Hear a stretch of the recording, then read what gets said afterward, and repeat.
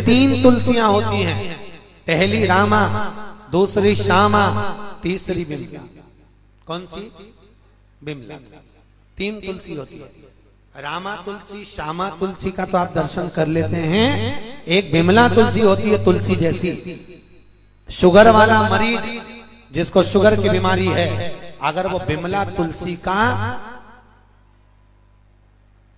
चौथाई से चौथाई हिस्से का भी टुकड़ा हफ्ते भर में या महीने भर में एक जरा सा टुकड़ा खा ले तो शुगर का लेवल बराबर रहता है, चाहे फिर वो महीने भर में कितना भी मीठा खाए और डॉक्टर से कितना भी चेक करा, लेवल बराबर।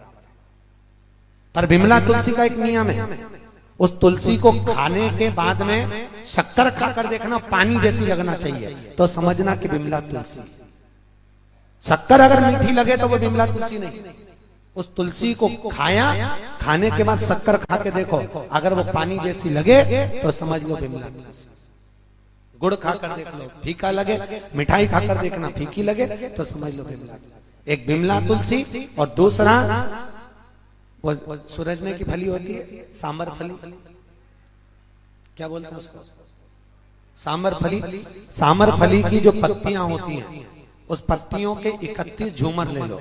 31 झूमर शिवरात्रि के दिन भगवान शंकर को रात्रि के 12 बजे चढ़ा दो। कितनी बजे? रात्रि के 12 बजे शिव जी को चढ़ाइए और चढ़ाने के बाद उस पर पानी चढ़ा दीजिए।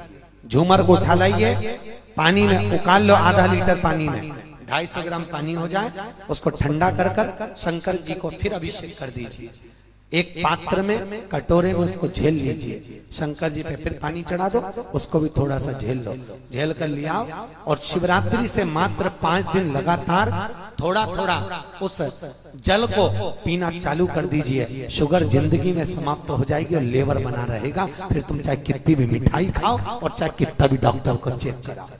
शिव महापुराण की कथा कहती है, अकाल मृत्यु वो मरे जो काम करे चंडाल का, काल उसका क्या बिगाड़े जो भक्त हो महाकाल का। जो शंकर की आराधना में लीन है, शिव की अर्चना जिन्होंने करी है, जिंदगी में कभी रोगी ले नहीं रह सकते और रोग से मुक्त है।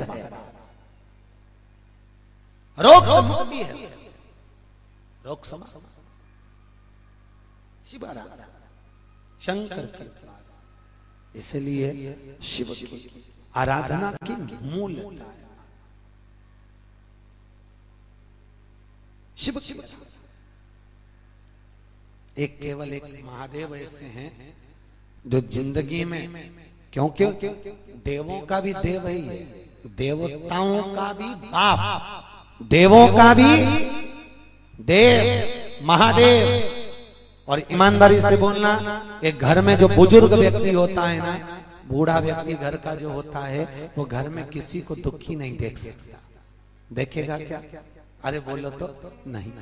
घर का जो बुढ़ा बुढ़ी होगा, घर में जो बुजुर्ग होगा, वो घर में किसी को दुखी नहीं देख सकता। उसी तरह देवों का देव महादेव, जो देवताओं का भी देवता बनकर बैठा हुआ है, जगत का पिता है, जगत का परमेश्वर है, जो वो कभी अपने पृथ्वी पर रहने वालों को दुखी नहीं देख सकता। क्यों? क्योंकि बैकुंठ के देवता है भगवान विष्णु, ब्रह्मलोक के देवता है ब्रह्मा, देवलोक के देवता है इंद्र, और